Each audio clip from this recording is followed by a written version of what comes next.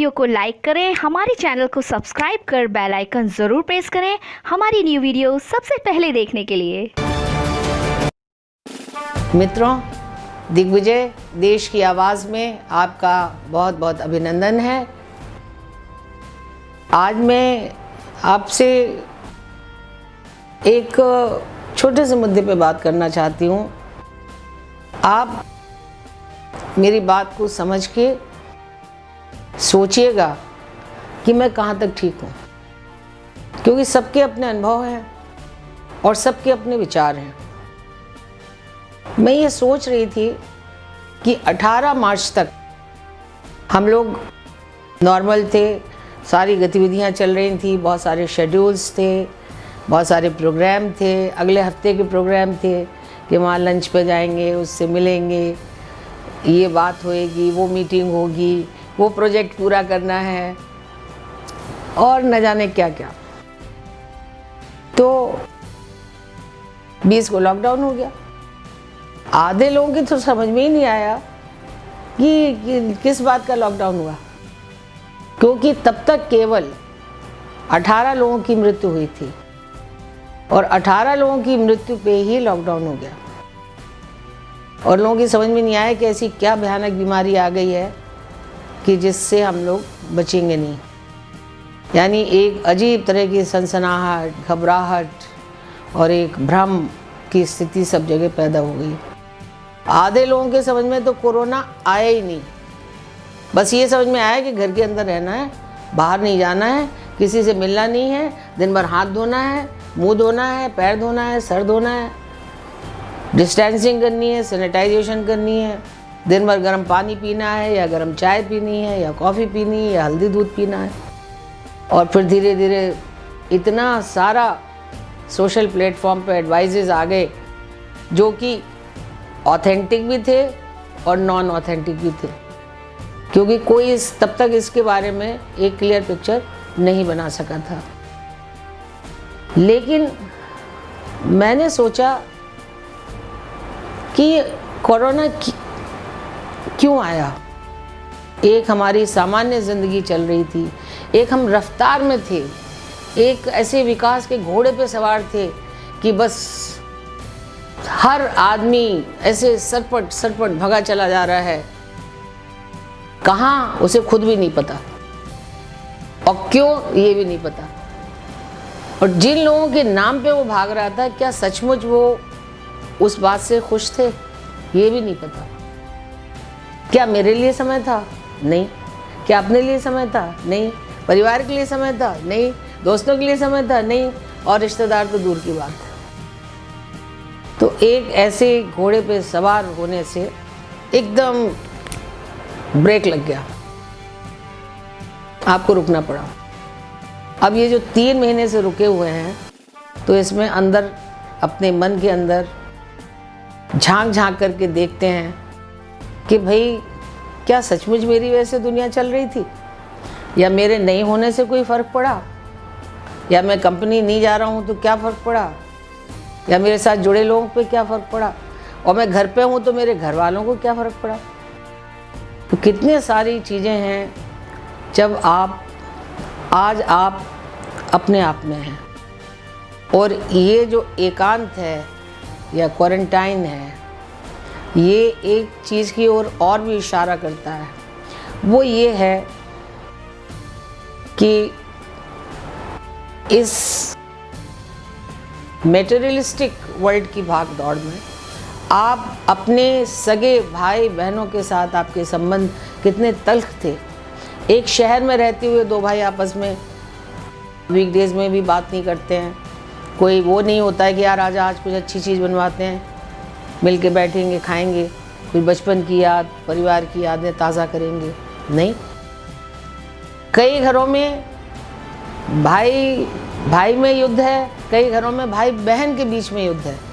बहन जो है उसके तो गिनती के 2 त्यौहार होते हैं, दौज और राखी। तो वो राखी में कई बहनें सौभाग्यशाली होती हैं जिनके परिवार में सूझबूझ होती है, तो उनके चेहरे पे भी चमक होती है और आंखों में भी चमक होती है।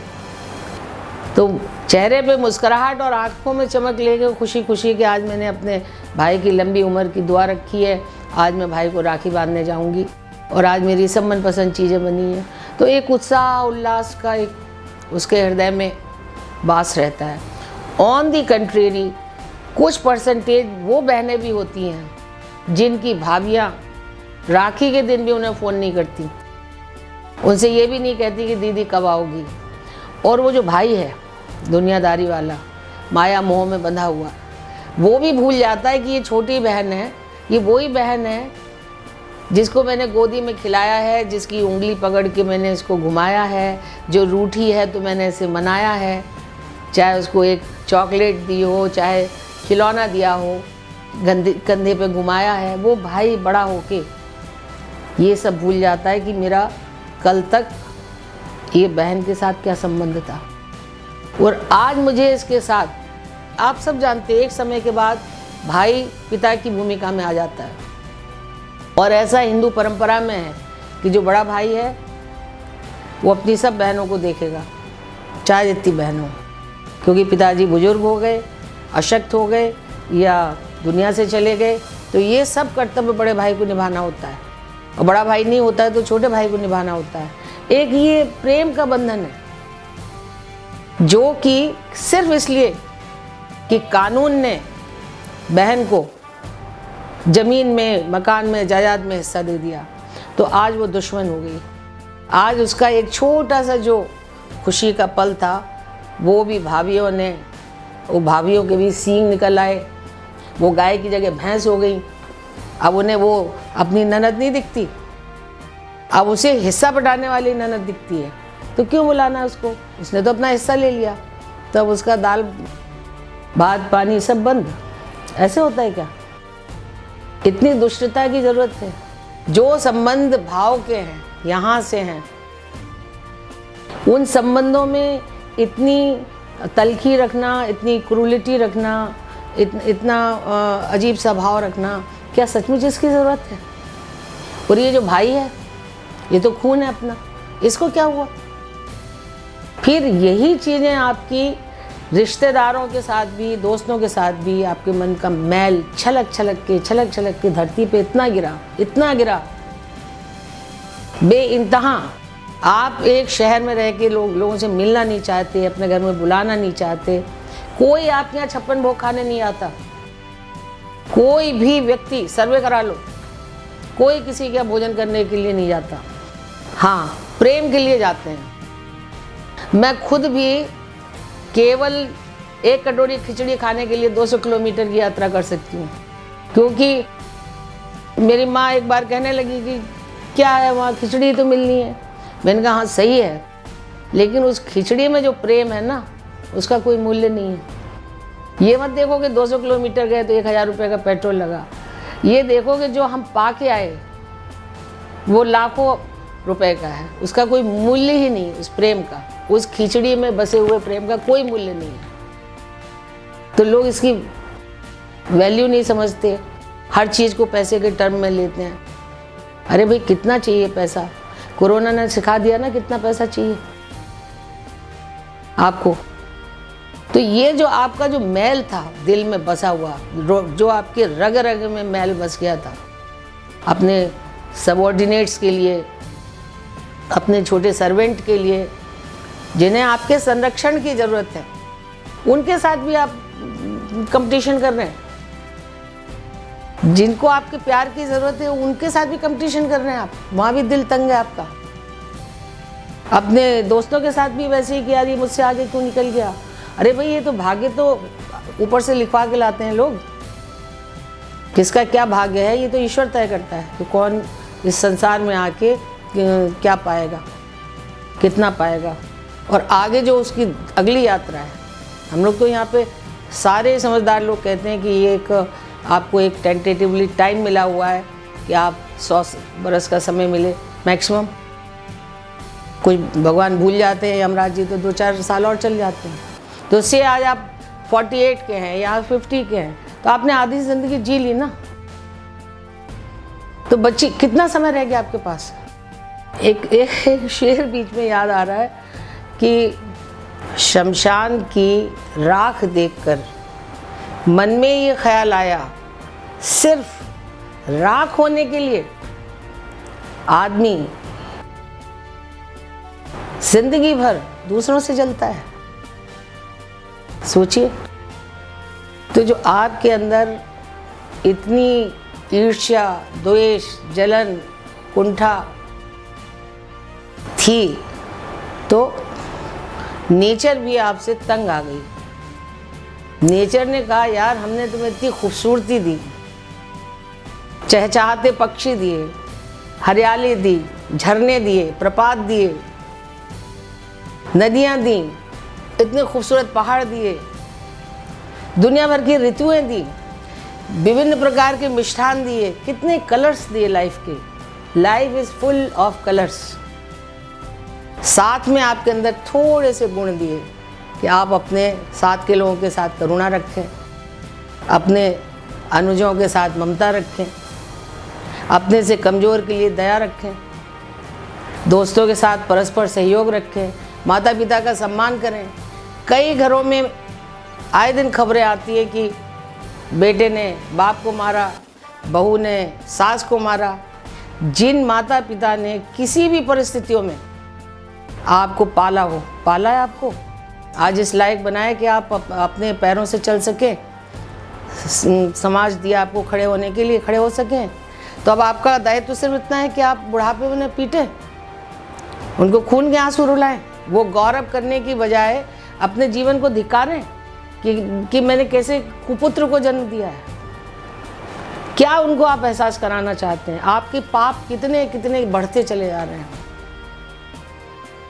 तो इसलिए जो है, प्रकृति ने आपका साथ छोड़ दिया।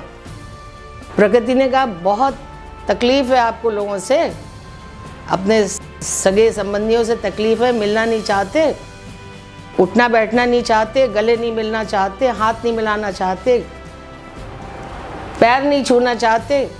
हमारे यहाँ पैर छूने के लिए कहा गया है कि कितना भी मनो टनो, कितना भी भरा मैल हो, या अगर कोई किसी के पैर छू लेता है तो दो फायदे होते हैं।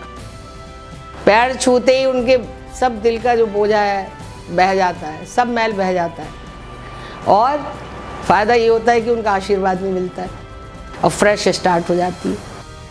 इसीलिए कहते हैं ज़िंदगी कभी भी कहीं से भी शुरू की जा सकती है, बशर्ते आप ये समझ लें कि मैं कहाँ गलत हूँ। तो आपने दुनिया की इतनी खूबसूरती को नकारा, दुरदुराया, उसका अपमान किया, तो नेचर ने कहा, ठीक है, तथास्तु, जो तुम्हारी इच्छा है वही पूरी हो। तुम्हें लोगों से नहीं मिलना, ठीक है, मत मिलो। तुम्हें लोगों को देख के मुस्कुराना नहीं है, तो अपना मुंह बंद कर लो मास्क से।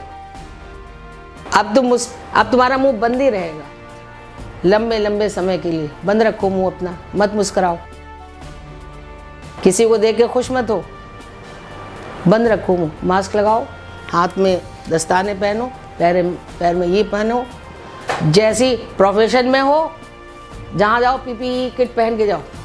कोई तुम्हारे अच्छे कपड़े नहीं देख रहा, कोई तुम्हारी ज्वेलरी नहीं देख रहा, कोई तुम्हारा टाई नहीं देख रहा, कोई तुम्हारा यहाँ पे लगा हुआ रुमाल नहीं देख रहा।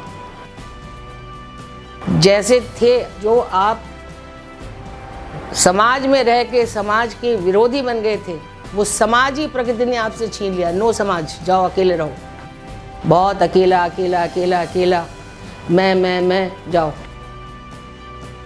यही तुम्हारा जो है तुम्हें गिफ्ट में मिल गया। नेचर ने कहा, जाओ तथास्तु, अकेले रहो, समाज के बगैर रहो, बगैर मुस्कुराहट के रहो, कोई दया मत रखो, किसी के लिए परोपकार मत करो, और अकेले ही जीवन चलाओ। तो ये मेरे मन में ख्याल आया। हो सकता है कुछ लोगों को मेरी बात अच्छी ना लगे, मेरे शब्दों ने असंसदीय लगे, मैं उससे क्षमा चाहती हूँ। लेकिन मेरा मकसद किसी को हर्ट करने का नहीं है। मेरा मकसद है अंदर झांक के देखने का। हमारे यहाँ एक मंत्र है, अस्तो माँ सद्गमय, तमसो माँ ज्योतिर्गमय, मृत्योर माँ अमृतम गमय। अंधकार से प्रकाश की ओर ले चलो। हमारे अंदर जितना भी कूड़ा करकट है, द्वेष है, घृणा है, नफरत है, ये सब मिटा दो, प्रकाश की तरफ ले चलो। हमारे अंदर सब उच्च तरह के संस्कार हों। तो संस्कार जो है वही एक अच्छा समाज बनाता है। अभी भी कुछ नहीं बिगड़ा है। अगर अपने अंदर झांक के हर एक को सुधरना होगा, कोई किसी को न सुधारे, कोई किसी का जो है वो प्रोफेसर न बने, टीचर न बने, सुधारक और प्रचारक न बने, क्योंकि कोई सुधारक आपको ठीक नहीं कर सका आज तक। लोगों ने अपनी ज़िंदगियां, जवानियां दे दी, नंगे पैर चले, कुर्ते पजामे में चले, थैला टांग के चले, गांव गांव घूमे, वो भी आपको सुधार नहीं सके। लेकिन कोरोना के एक थप्पड़ ने आपके मुंह को सीधा कर दिया, और इसी के लायक थे आप कि आपके मुंह पे थप्पड़ पड़े और आपको ये एहसास हो कि मैं किस रास्ते पर चल रहा हूँ और मेरा क्या व्यवहार होना चाहिए अपने परिवार के साथ और अपने से जुड़े लोगों के साथ। उसके लिए थप्पड़ बहुत ज़रूरी था। पर इसमें एक ही बुराई है जो मुझे चुभती है, जिसकी वजह से मैंने ये वीडियो बनाया है कि गेहूं के साथ ना घुने पिस रहा है। जो लोग भले हैं वो भी सज़ा पा रहे हैं। आज घर में बंद बैठे हैं, जिनकी आवश्यकताएं हैं परिवार को चलाने की, अपने बच्चों को पालने की, बूढ़े माता पिता को देखने की, जो अपने कर्तव्य से बंधे हुए लोग हैं, वो इन थोड़े से गंदे लोगों के कारण आज वो कष्ट पा रहे हैं। यही ख्याल मुझे कुलबुला रहा था। और आप सब जानते ही हैं कि जब कोई ख्याल कुलबुलाएगा तो एक नया वीडियो सामने आएगा। कैमरामैन सुनील गौतम के साथ मधु श्रीवास्तव का नमस्कार।